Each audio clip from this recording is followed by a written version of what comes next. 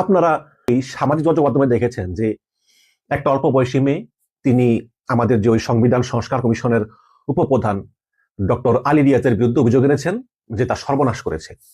তো একটা মেয়ে যখন একটা পুরুষের বিরুদ্ধে সর্বনাশের অভিযোগ আনে, তখন হয়তো আমরা সহজেই বলতে পারি যে হয়তো বিবাহের প্রলোভন দেখিয়ে শারীরিক সম্পর্ক করেছে, এই ধরনের কিছু একটা, তাই না? আমি যা ভিডিওতে দেখেছি তা বলতেছি যে মানে এগুলো খুবই নোংরা বিষয় আর কি, বলতে ইচ্ছা করে না। তারপরেও আলী রিয়াজ স্যার সর্বজন শ্রদ্ধেয়, তার বিরুদ্ধে এরকম অভিযোগ, তো এটা নিয়ে একটু কথা বলা দরকার। এই মেয়ে তার মুখ এমন ভাবে ঢাকছে যে কারো বাপেরও সাধ্য নাই চিনে, এবং দেখে মনে হলো সামনে একটা কাগজ আছে, কাগজ দেখে দেখে তিনি পড়তেছেন। তারপরেও ভিডিওটা দিছে, এবং সংবিধান সংস্কার কমিশনের উপপ্রধান আলী রিয়াজ, আবার বর্তমানে তিনি প্রধান উপদেষ্টা বিশেষ সহকারী, এবং তিনি একজন স্বনামধন্য শিক্ষাবিদ, মার্কিন বিশ্ববিদ্যালয়ের একজন প্রফেসর। তার বিরুদ্ধে তার নাতনির বয়সী একটা মেয়ে এই রকম গুরুতর অভিযোগ এনেছে, এবং প্রশ্ন হচ্ছে যে এটা কি সত্য অভিযোগ নাকি এটা আওয়ামী লীগের আরেকটা চক্রান্ত। আমি যদি আমাদের ইন্ডিপেন্ডেন্ট ফ্যাক্ট চেকার কদরুদ্দিন শিশিরের পোস্ট পড়ি, তিনি এটা একটা অনুসন্ধান চালিয়েছেন। তিনি লিখেছেন যে আলী রিয়াজের বিরুদ্ধে অভিযোগের এই ভিডিওটি দুপুরে দেখে প্রথমে বেশ সিরিয়াসলি নিয়েছিলাম। এইরকম ক্ষমতাধর এবং সেলিব্রিটি একজন ব্যক্তির বিরুদ্ধে এমন অভিযোগ সিরিয়াসলি নেওয়ার বিষয়। বাংলাদেশে অনেক নারী ক্ষমতাধর ব্যক্তিদের দ্বারা ভায়োলেশনের শিকার হয়ে ভায়োলেটরের ক্ষমতার কারণে মুখ খুলতে পারেন না। বাংলাদেশে অনেক নারী এরকম ক্ষমতাশালীদের দ্বারা নিগৃহীত হয়, কিন্তু পরে আর মুখ খুলতে পারে না ভয়ে। ফলে আলী রিয়াজের মতো সেকুলার লিবারেল আইকন সম কারো বিরুদ্ধে এমন অভিযোগ সত্যি হলে তা খুবই সিরিয়াস জিনিস। কিন্তু ভিডিওটি পুরো দেখার পরে কিছু জিনিস নিয়ে সন্দেহ হলো। কেমন জানি লিখিত স্ক্রিপ্ট পড়ছেন মেয়েটি, ক্লিয়ারলি দেখা যাচ্ছে ভিডিওটিতে এতদিন ধরে ভায়োলেশনের শিকার একজন মানুষ, যিনি শেষ পর্যন্ত মুখ খোলার সাহস করেছেন, তার এমন দ্বিধা নিয়ে স্ক্রিপ্ট পড়ার কথা না। তার মনের ভিতরে যে রাগ ক্ষোভ, এগুলো কিন্তু তার কথা প্রকাশ হওয়ার কথা, কিন্তু তিনি একটা লেখা পড়তেছেন। সন্দেহটা আরো বাড়লো যখন পোস্টকারীর নাম খেয়াল হলো। আমার ফ্যাক্ট চেকিং ক্যারিয়ারে ইন্ডিভিজুয়াল ডিসইনফরমেশনের অ্যাক্টর হিসাবে যাদেরকে পেয়েছি, তার মধ্যে ডাল্টন একদম উপরের সারিতে।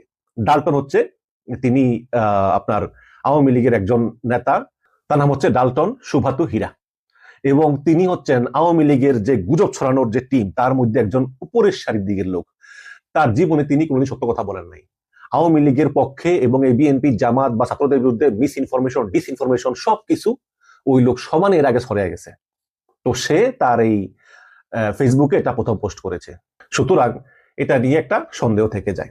2021 সালে চাঁদপুরে হিন্দু মা মেয়েকে মানে করে আর কি মেরে ফেলার ভুয়া খবর ছড়িয়ে সে বাংলাদেশ এবং ভারতের মিডিয়াকে কাঁপিয়েছিল যে চাঁদপুরে 2021 সালে নাকি মুসলমানরা হিন্দু মা এবং মেয়েকে করছে, মেরে ফেলছে, এবং ভুয়া খবর দিয়ে সে বাংলাদেশ এবং ভারতীয় মিডিয়াকে কাঁপিয়েছিল। কদিন আগে দেখলাম আওয়ামী লীগের আরেক ডিসইনফরমেশন স্প্রেডার ওই ঘটনায় ডাল্টন তাকে কিভাবে মিসলিড করেছিল তা নিয়ে স্মৃতিচারণ করেছে। যাই হোক, সন্দেহ থেকে ডাল্টন যে নাম দিছে ওই মেয়েটার, কবি অতান্দ্রুনু রিপা লিখে সার্চ দিলাম নানা প্ল্যাটফর্মে। যেহেতু তিনি কবি, মানে ওই মেয়েটা কবি, তার মানে উনার টুকটাক হলেও লেখালেখি বর্তমান যুগে ফেসবুকে থাকার কথা। কবি মানুষ, আর ফেসবুকে তার কবিতা পাওয়া যাবে না, এটা বর্তমান যুগে অস্বাভাবিক। কিন্তু ফেসবুকে সার্চ করে কথিত কবির কবিতা তো দূরে থাকুক, কবি অতান্দ্রুনু রিপা নামটির অস্তিত্ব কোথাও পেলাম না। ডাল্টন এক কমেন্টে জানিয়েছে এই মেয়েটা নাকি আইডি ডিঅ্যাক্টিভেট করে রেখেছেন, বাট অ্যাকাউন্ট ডিঅ্যাক্টিভেট থাকলেও ফেসবুকের সার্চে আগে ওই আইডিকে মেনশন করে বা ট্যাগ করে অন্য কারো কোনো পোস্ট থাকলে সেটি হাইপার লিঙ্ক ছাড়াও সার্চে দেখা যায়। কবি অতান্দ্রনু রিপার ক্ষেত্রে তাও আসে না, কোথাও না। আবার ওই নারী এমন ভাবে মুখে মাস্ক পেঁচিয়েছেন যে কারো বাপের সাধ্য নেই তাকে চিনবে।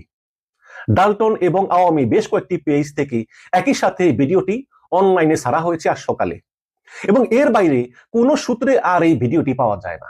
তো এইরকম একজন হাই প্রোফাইল ব্যক্তি আলী রিয়াজের বিরুদ্ধে সিরিয়াস অভিযোগ করতে হলে, সেই অভিযোগ আমলে নিতে হলে কিন্তু ক্রেডিবল সোর্স দরকার। ভুক্তভোগী যেহেতু পাবলিকলি আসতে চাইতেছেন, ফলে তার পরিচয় জানা খুবই দরকার। কিন্তু আওয়ামী লীগের পেজগুলো থেকে কথিত ভিকটিমের যে নাম দেওয়া হচ্ছে সেটিতে ঘাপলা আছে তা মোটামুটি পরিষ্কার।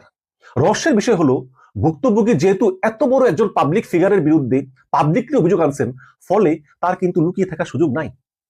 এমন পরিস্থিতিতে বেস্ট ওয়ে ছিল মিডিয়াকে ডেকে সংবাদ সম্মেলন করা বা নিজের রিয়েল আইডি থেকে মুখ খুলে অভিযোগ করা। কারণ অন্যের আইডি থেকে লুকিয়ে অভিযোগ করলেও আলী রিয়াজের মতো লোকের বিরুদ্ধে অভিযোগ করে আলটিমেটলি লুকিয়ে থাকা যাবে না। এইটা খুবই সন্দেহজনক। ভিডিওতে কিছু সন্দেহজনক বক্তব্য আছে, যেমন আলী রিয়াজ নাকি ওই মেয়ের সাথে কন্ট্রাসেপটিভ ছাড়া ঘনিষ্ঠ হওয়ার পক্ষে যুক্তি হিসাবে দিয়েছেন যে তার ইয়ে করানো আছে, সুতরাং মিলিত হলেও উনি কনসিভ করবেন না। মানে খুবই সন্দেহজনক কথাবার্তা। আলী রিয়াজের মতো লোক, যার জন্য এমন আনওয়ান্টেড প্রেগনেন্সি তার কেরিয়ার ধ্বংস করে দিতে পারে, কিন্তু আলী রিয়াজ এটা ভালো করে জানেন।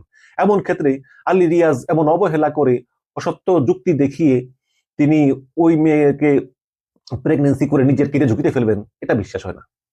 আবার নারীটি বলেছেন যে আলী রিয়াজ নাকি হোটেল ইন্টারকন্টিনেন্টালে তাকে নিয়ে কয়েকদিন ছিলেন, এটাও সন্দেহজনক দাবি।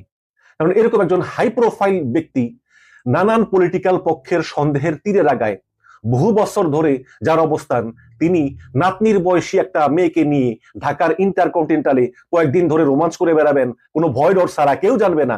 5ই আগস্টের পর তো ঢাকায় আলী রিয়াজের দৈনিক সময় হাইলি শিডিউল এবং তিনি ছিলেন হাইলি ওয়াস্ট পারসন। তিনি যেখানে যান সেখানেই সাংবাদিক। এমন লোকের পক্ষে তার নাতনির বয়সী একটা মেয়ে নিয়ে একদম ঢাকার প্রাণ কেন্দ্রে 5 স্টার হোটেলে ফষ্টি নষ্টি করে বেড়ানোর সাহস, এটা খুবই অ্যাবসার্ড দাবি। নারী বলেছেন যে প্রেগনেন্সির বিষয়ে মুখ খুলতে নাকি আরেক নারী তাকে না করেছেন। আওয়ামী লীগ ফিরে আসবে এই ভয়ে। 5ই আগস্টের পর থেকে এখন পর্যন্ত আওয়ামী লীগ ফিরবে এমন অলিক সম্ভাবনার কথা এই ডালটনরা ছাড়া আর কেউ ভাবে না। ভিডিওতে এক জায়গায় মেয়ে বলেছেন যে তারা নাকি ধানমন্ডি গণস্বাস্থ্য হসপিটালে অ্যাবর্শন করেছে, মানে ওই মেয়ের প্রেগনেন্সি অ্যাবর্শন হয়ে গেছে গণস্বাস্থ্য হসপিটাল, জাফরুল্লাহ চৌধুরী হসপিটালে। এইটা একটা ক্লু হতে পারে দাবিটি ভেরিফিকেশনের জন্য।